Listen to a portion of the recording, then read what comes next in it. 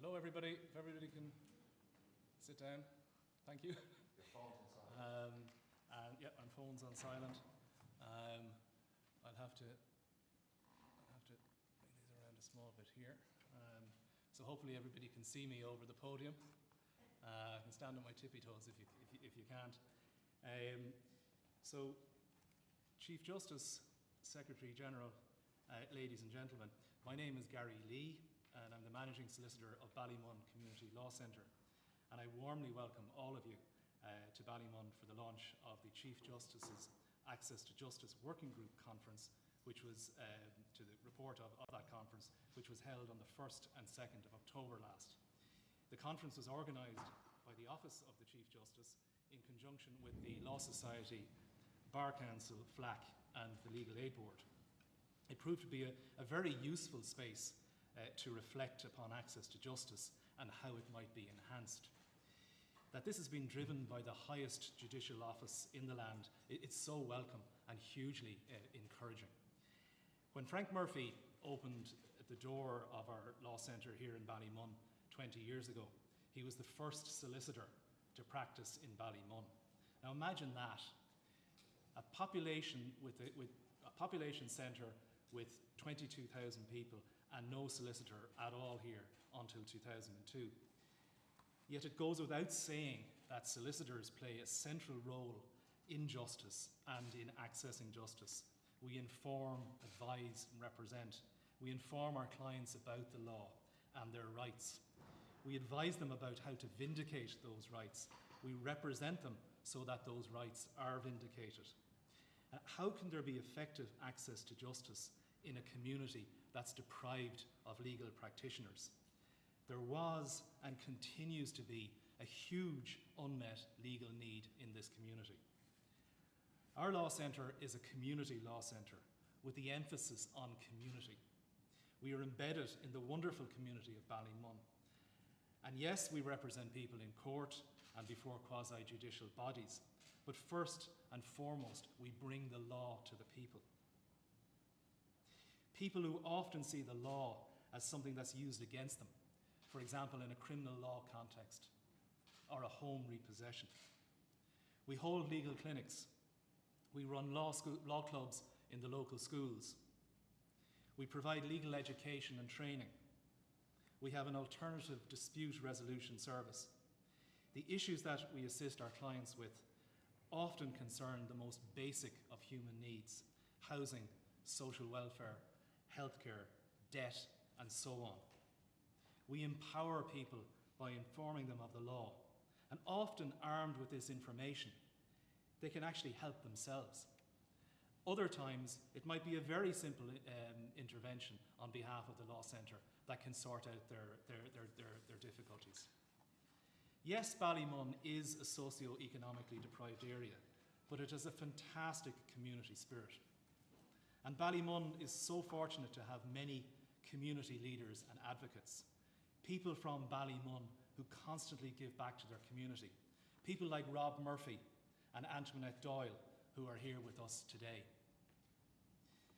Now, disabled people comprise approximately 13% of the general population, yet incredibly, 70% of our clients are people with disabilities, be they physical, sensory or mental health difficulties. Our system appears to be failing the people that need it the most. Quite often as well, it's our clients' interaction with the state or state agencies that give rise to legal issues. We deal with a very varied caseload in our law centre.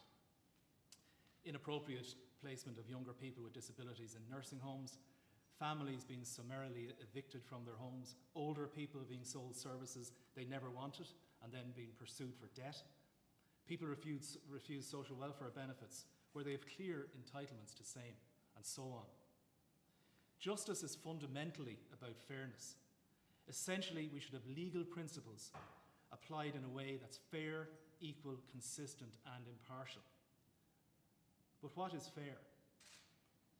Is it fair that some people are aware of the law and other people are not? If I don't know about the law and my rights, well, how can I vindicate those rights? Is it fair for some to have access to information and others not? Do we have fairness if one side is legally represented and the other side is not? We would also say that access to justice should not just be seen in the narrow context of parties to proceedings, but rather in terms of the wider justice system itself. Wouldn't it be great to have legal practitioners that come from Ballymun? Wouldn't it be great to have members of the judiciary who grew up here?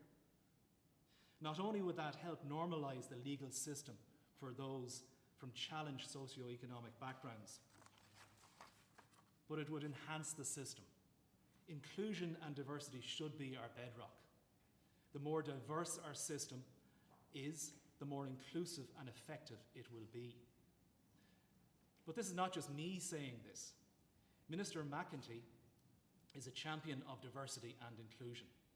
In a tweet of January of last year, she said that we need to work together to improve diversity across our legal system, and went on to say that it's vitally important too that our judiciary is diverse and reflective of the Ireland of today. She has actively encouraged a more diverse membership of An Garda Síochána. And by taking maternity leave while serving as Minister for Justice, she has not only set a powerful precedent, but has given out a very strong message to women. Without the support of our solicitor and barrister colleagues, and indeed legal academics, our law centre would struggle to survive.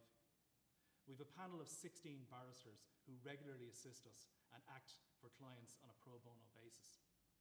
Chief Justice O'Donnell is no stranger to community law centres, and indeed acted on a pro bono basis for Northside Community Law Centre, or CLM as it's now known. It never ceases to amaze me, but the legal professionals who offer their services for free to address social injustice are often the ones that are in the very top league. Indeed, as Senior Counsel, Chief Justice O'Donnell, instructed by Northside Community Law Centre, challenged the constitutionality of the Enforcement of Court Orders Acts 1926 and 1940. Now, these were used to imprison people for the non-payment of debt. And as Chief Justice O'Donnell said, as he was at the time Senior Counsel, O'Donnell said, that is Victorian. To have that in this day and age is absolutely Victorian. But it's because of people like Chief Justice O'Donnell, and I see David Fennelly here in front of us as well, and indeed former Chief Justice Clark, who is responsible for setting the ball in motion that has ultimately led to this court. It's because of practitioners like that there's hope. But we need resources as well. So in order to have proper and effective access to justice, resources need to be given to enable that. Chief Justice O'Donnell was appointed Chief Justice of Ireland last October, having been appointed a judge of the Supreme Court in 2010. Prior to that, he had a very distinguished career at the bar. He was a director of Our Lady's Hospice from 2009 to 2014. He was a member of the Council of the Irish Legal History Society from 2018 to 2021, and is now a joint patron of that society. And he is an honorary member of the Society of Legal Scholars. I should also mention as well that Chief Justice O'Donnell is an expert in constitutional law, and was, certainly when he was in practice, involved in many cases of significance. At the Access to Justice conference, Chief Justice O'Donnell eloquently articulated a major challenge that is part of our work here in the Law Centre, and that is engaging people with the law, bringing the law to them so that they can vindicate their rights. The law should not be remote, and the law should be owned by the people and used by the people. With that, it's my absolute honour to hand you over to Chief Justice O'Donnell.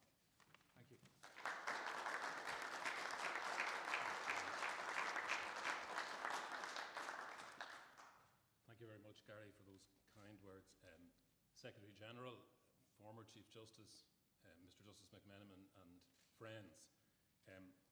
It was an Irishman who was a distinguished judge in England at the turn of the 19th century, Mr. Justice Matthew, who at the end of the 19th century is reputed to have observed, in England, justice is open to all, like the Ritz Hotel. That shows perhaps that the issue of access to justice is not a particularly modern problem or a particularly Irish problem. Indeed, I think it would be fair to say that Mr. Justice Matthew would regard the modern system of the administration of justice as a significant advance on the late Victorian era. In those days, there was, for example, capital punishment, there was no criminal legal aid, civil legal aid was unheard of, and public interest litigation did not exist. None of the voluntary bodies who now work in the field of providing information, advice and representation existed then. The daily diet of the courts involved either criminal law or essentially private law litigation between people who could afford to dine from the expensive menu that was provided. Things are much different and I think better today. However, it's still difficult to avoid the impression that there's something of a mismatch between what goes on in a courtroom and the world outside. The disputes in the courtroom do not always reflect the disputes in the daily lives of citizens, but there's a further mismatch in the perception of the system of justice. I think that most people who work in the system or observe it closely see people working hard to ensure a fair hearing is provided to everybody and a fair result achieved. It has to be said immediately that reality can sometimes fall short of the ideal. But the criticisms that we all make from time to time at least show a shared belief about what the system at its best can and often does achieve. But that perception is not necessarily shared by those outside the legal system. That can sometimes be the product of a lack of knowledge, but it's also a consequence of a justifiable frustration, which can easily become cynicism, created in part by the difficulty posed in getting access to the courtroom in the first place. In Mr. Justice Matthew's day, the orthodox view, which is shared by some even today, was that it was not the business of courts to be concerned about access to justice. Courts existed to hear and determine disputes that were brought to them. Litigation was not itself an inherently desirable activity and not to be encouraged, and at some level it was actually a good thing that people should find it difficult to come to court and should have resort to litigation only if no other possible course was available. But there's a difference between resort to court being a serious step not lightly taken and access to justice being difficult, if not impossible, for ordinary people. If people cannot have disputes which are important to them resolved definitively by an independent court system, if indeed people do not even know of the possibility, then the law becomes dangerously disconnected from the public it is meant to serve, and there is a risk that a cavernous discrepancy opens up between what the law says and what the law on occasion does or is understood to do. That's a bad thing in itself, but current events show that the Western liberal democratic model is a fragile one which we cannot take for granted. The existence of an independent court system in which justice is administered without fear or favour, affection or ill will, is not a luxury or an optional extra. It is something which, with all its inefficiencies and frustrations, that is central to the continued existence of a liberal democratic society. In a recent book, Francis Fukuyama defined liberalism as tolerance, pluralism, personal autonomy, the protection of private property, and a recognition of community and limited government. These are values under threat from different extremes today, but they depend very fundamentally on a properly functioning legal system. We can see what happens when a legal system becomes increasingly disconnected from daily reality. The United States has some very highly developed and refined systems at state and federal level, but to take just one example, the point has been reached where some public defenders in the US at least no longer refer to the criminal justice system because that title implies that the system provides justice, something they are increasingly inclined to dispute. In addition, there's a growing tendency in academic circles and other groups in civil society in the US, and this in a country which has spawned thousands of courtroom dramas, to even question the benefit of the adversarial system, which is the core of the common law concept of the administration of justice. It was a distinguished US lawyer, Dean John Henry Wigmore, who famously said that the adversarial system and cross-examination, which is an essential part of that system, was the greatest engine for the discovery of truth known to man. But we now see some of Wigmore's successors questioning the value of the adversarial system at all. And we should not assume that our system is immune from those pressures. My predecessor, Mr. Justice Frank Clark, who is here today, established as Chief Justice an Access to Justice working group with members drawn from both branches of the legal profession, the Legal Aid Board and FLAC. I want to acknowledge the hard work that has been done by all participants in the working group, from the Law Society, the Bar Council, FLAC and the Legal Aid Board, and senior members of the judiciary, including Mr. Justice McMenamin, who is here today. The working group is inspired by the Canadian Action Committee on Access to Justice in Civil and Family Matters, which has shown that there are some very positive benefits in having an independent working group promoted by the Chief Justice of the day. And that's why I'm very happy to commit to continuing to support the initiative that Mr. Justice Clark took. As some of you know, a two-day conference on access to justice was held in early October 2021, and this report is the product of that conference. I want to acknowledge the generous support of the Law Society, which hosted the event in its headquarters in Blackhall Place and provided technical support. And I want to thank very sincerely all the panellists who participated in the individual sessions. It was very heartening to experience the goodwill, enthusiasm and energy, and to hear from so many people with such extensive knowledge and commitment. The report itself is a comprehensive guide to the multifaceted issues involved in access to justice, and indeed a guide to the very many people and organisations working in this area, such as Gary here, Frank Murphy, who I know is joining us remotely, and others who are involved in the work of the community law centres and in FLAC. As such, the report is much more than an account of a conference. It is both a rich resource in itself and also a valuable directory for a network of people and organisations working in the field and who have so much knowledge to share. The report is also, and importantly, a signpost to the future. I think the focus of both the working group and the conference has been a sensible mixture of enthusiasm and clear-eyed realism. What came across in the conference and comes across in this report is the recognition that the problem of access to justice is a complex and multifactorial one, and that there is no single easy answer. In the past, it was fashionable to look to the state to provide answers and funding, almost without regard to cost or the competing demands in society. I think it's now better understood that progress in this area involves careful work by those who are attempting to simplify court procedures on the one hand, voluntary groups providing advice and assistance on the other, private practitioners providing services sometimes pro bono, and perhaps consideration of reform and regulation of third-party funding models for private litigation. It's also fair to recognise the significant investment the state has made. I know that the Minister would wish to be here today and is very committed to the development of the Family Law Bill and the significant investment in court facilities that will be required to provide the service envisaged. It is also worth recording that the Court Service is currently engaged in the development of a purpose-built family law facility at Hammond Lane in Dublin. And if we look a little further down the river from Hammond Lane, we see the Criminal Courts of Justice building, the first major court development in the state since the building of the four courts more than 200 years ago. And I think it is something in which we can all take legitimate pride, is that a legal visitor to Ireland would see that when it came to investment in the legal system, priority was given to those areas, the areas of criminal law and family law, where most of the participants are not in a position to pay for legal services themselves. These substantial buildings are a real illustration of the commitment that legal disputes involving citizens of often limited means should take place in surroundings that reflected, respected and enhanced the essential human dignity of all the participants. That is both important to acknowledge, and it's also something to build upon. The next step for the working group is to attempt to chart out a course for progress and development. This year, we in the working group propose to focus on the question of the legal aid system.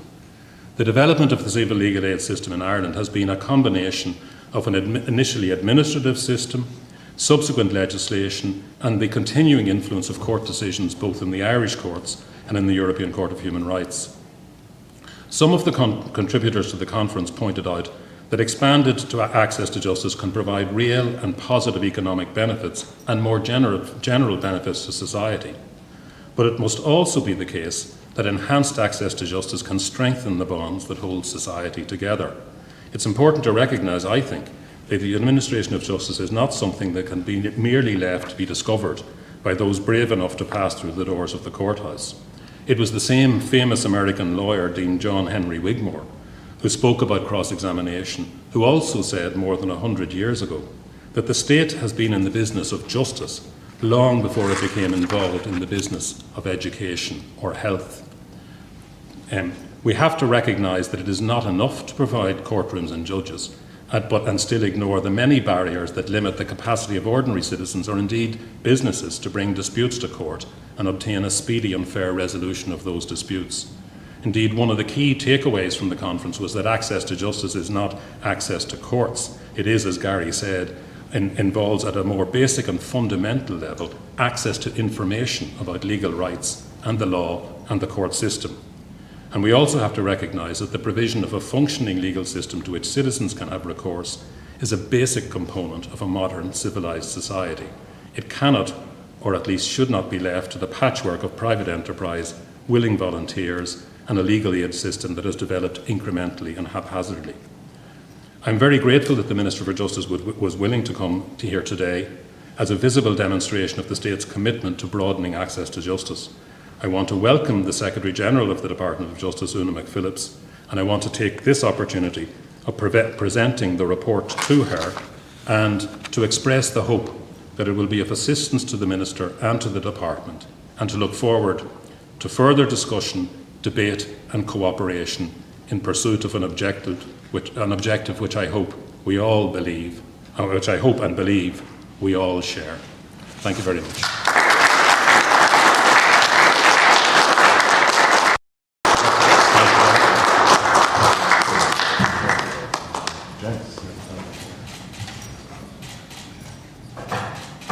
You stand in as well. Stand in, Chief Justice.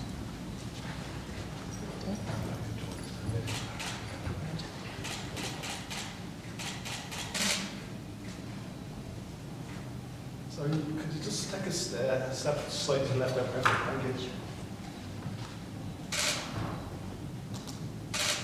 So thanks. Thank you. Just one last speech.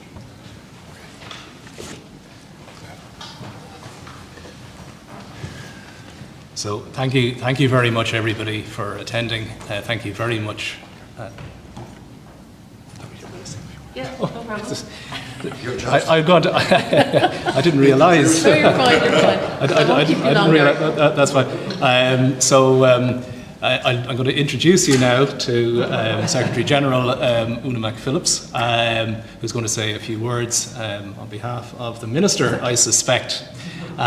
So without any further ado, the floor is yours. Thanks very much, Gary. Thanks, Gary. I won't delay proceedings, but I did want to convey the Minister's good wishes, especially this afternoon, and it really is a great pleasure for me to be here on her behalf. I'm an inadequate substitute for Minister McEntee, but she would have loved to be here, but like so many people, she's self-isolating at the moment.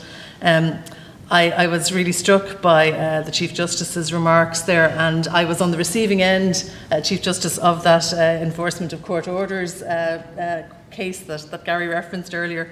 As a more junior official in the department, I had to do the emergency legislation when the Supreme Court struck it down, so I didn't realise we had that connection until now.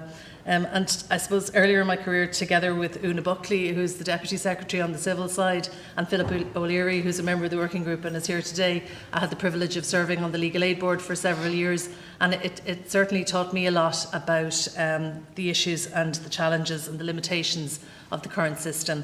And I know all of us here today share that deep commitment to widening access to justice, removing barriers and simplifying and improving processes, which isn't, as other speakers have said, always a matter of law or process. It is a matter sometimes of information and accessibility of information and transparency of information, and public service has a lot to do in that regard as well, and we have challenges in that regard, but I think we are recognising that more, and we're trying to do more about it. So there's a lot of work going on, and if the Minister were here, she would outline that work to you. I won't detain you with it, but just to say, I suppose throughout the pandemic, the judiciary has worked very effectively with the court service and with the department to maintain the highest level of court activity possible, with a particular focus, I think, on families on victims of domestic abuse and sexual violence, in fact the people who were the most vulnerable during the pandemic.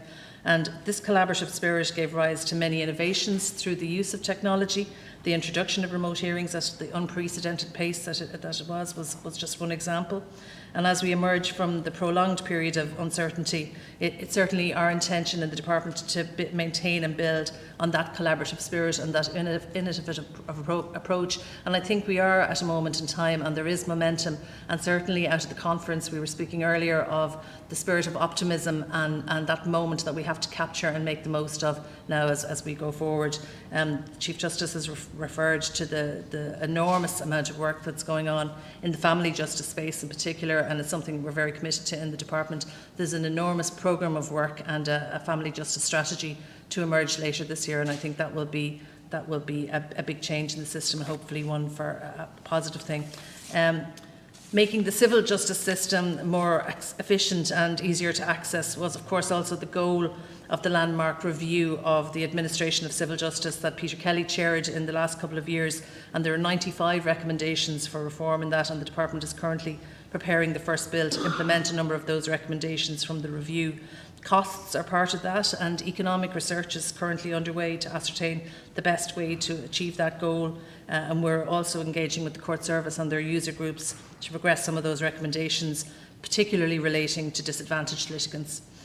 So an accessible and efficient justice system requires an adequately resourced judiciary, and this is obviously a government priority, and as Gary referred to, a more diverse judiciary also. So that is one of the objectives of the forthcoming Judicial Appointments Commission bill, which the Minister intends to publish shortly.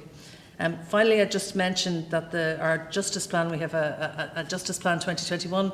We're currently just in the process of publishing Justice Plan 2022, and that reflects the number of commitments in the programme for government, which are a really considerable number of commitments to create the new family court that's been referred to and provide for the court procedures. So work is ongoing on the drafting of that, the family court bill, but also on the strategy, which will be have a range of change management processes and a whole host of changes to support that. I just want to finish by thanking our host today, as well as the Chief Justice and his predecessor, Judge Clark. We meet again, and all the members of the judiciary and colleagues in FLAC and all the other stakeholders for your hard work and commitment and dedication to the goal of improving access to justice for all. And I just want to assure you that the Department and the Minister fully share that goal, and I hope that our ongoing collaboration and communication will result in continued innovation and success in this area for the people who need it most, and the people that we serve as public servants in particular. So thank you very much.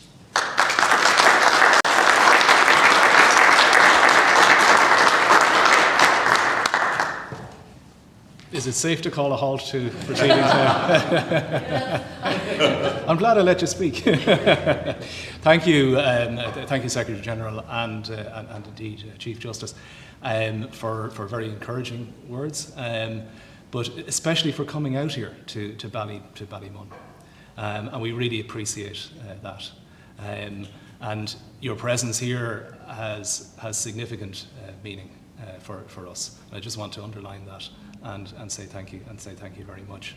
Now, unless anybody else has to speak, I'm going to say that this part of it is concluded. There's tea and coffee in the foyer outside, and everybody's welcome to have a cuppa after that. Thank you very much. Thanks, everybody.